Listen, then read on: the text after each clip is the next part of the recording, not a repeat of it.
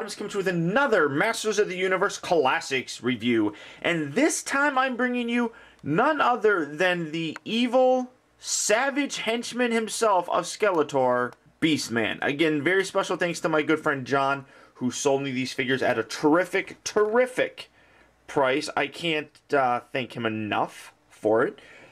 Obviously, classic packaging. You get the lightning bolts, you get the little belly button, you get the air holes.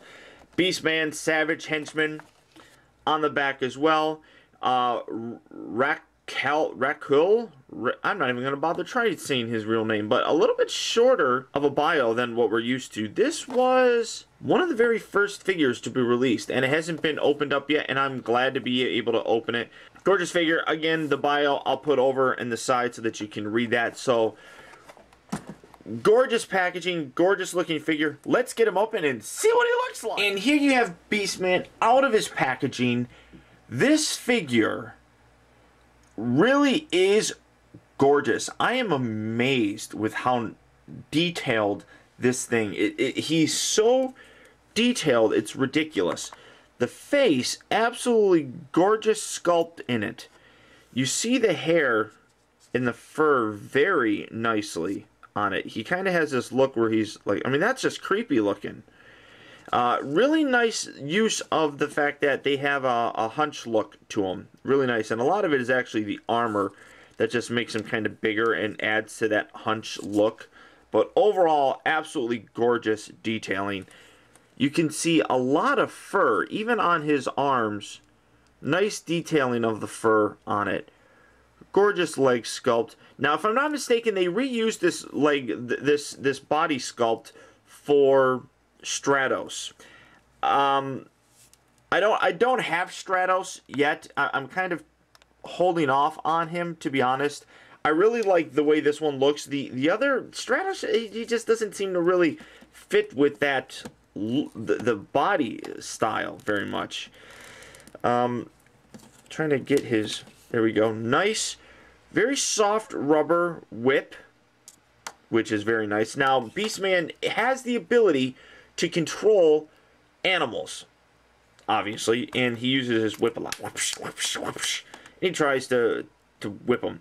Nice shoulder accessories that, if you wanted to, I don't think they're really attached, but you could. I'm going to try and wiggle. Yeah, see? It does appear, and looky there. You can probably get this off. It's probably not easy. So I'm just going to put it right back on there. Just leave it there for now. Because it looks like it would be a pain to get back on. Of course, normal sort of articulation. The head is a little bit different because it's got this big giant chest piece here. But you can get him looking up and down all over the place. And, I mean, it's just gorgeous. Arm articulation, upper abs, rotation. A little loose, actually fairly loose there, and kind of loose here in the knees.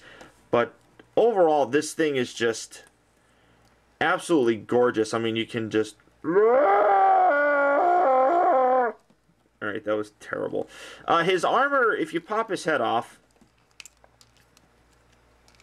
Give me your head. There's his head. The armor will come off. And you can put the head back on. Ugh. But you can see where he's kind of, you know, gumpy looking. You definitely want to leave the armor on this guy. But this is the body style for Stratos, definitely. And even on the chest here, and this is really nice. I'm really happy that they continued with the fur and hair look on his chest. Much like Zodak with the K, I would have liked them. They had all of his tattoos. I wish they would have continued on with it. It's nice to see that they actually continued on with the hair and the sculpt on the chest for Mr. Beastman here. So we're going to pop his head off again. Put the armor back. It just slips right over. You put that.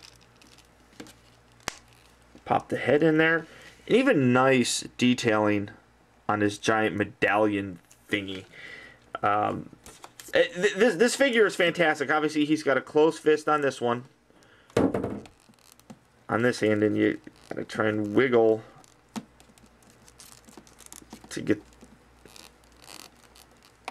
Alright, this isn't easy to do. Alright, come on. Come on. There, oh, maybe. It's hard to get him to hold this, and he honestly... It honestly feels like you're going to break something, one of his fingers off, because you got to force this on there. So that's going to stay on there for a while. I don't plan on taking this thing out again anytime soon. But, I mean, he's just absolutely gorgeous. And you can get some really cool, like I did just a few minutes ago, growling, monstrous. Well, the legs are kind of weak. The legs on this figure definitely not as firm as they could be. And that's kind of unfortunate, because it really ruins some of the posing that I want to try and do with this guy. Let me see if I can... The ankles are really stiff, so maybe... I want him to pose like this. Now, if he'll actually stand like that the whole time, it'll be pretty nice. Overall, though, this is a gorgeous figure. He is pretty expensive. You're going to have to... The only place you can really find him right now are online stores, and it's rather unfortunate because this is a fantastic looking figure. Absolutely love the way he looks, and I'm trying to hit the table here to see if I can make him fall in. So far he's not falling, so that's good. Overall, though, I highly recommend this figure. If you are a true Masters of the Universe fan, you need to have Beastman. He's Skeletor's #1 henchman.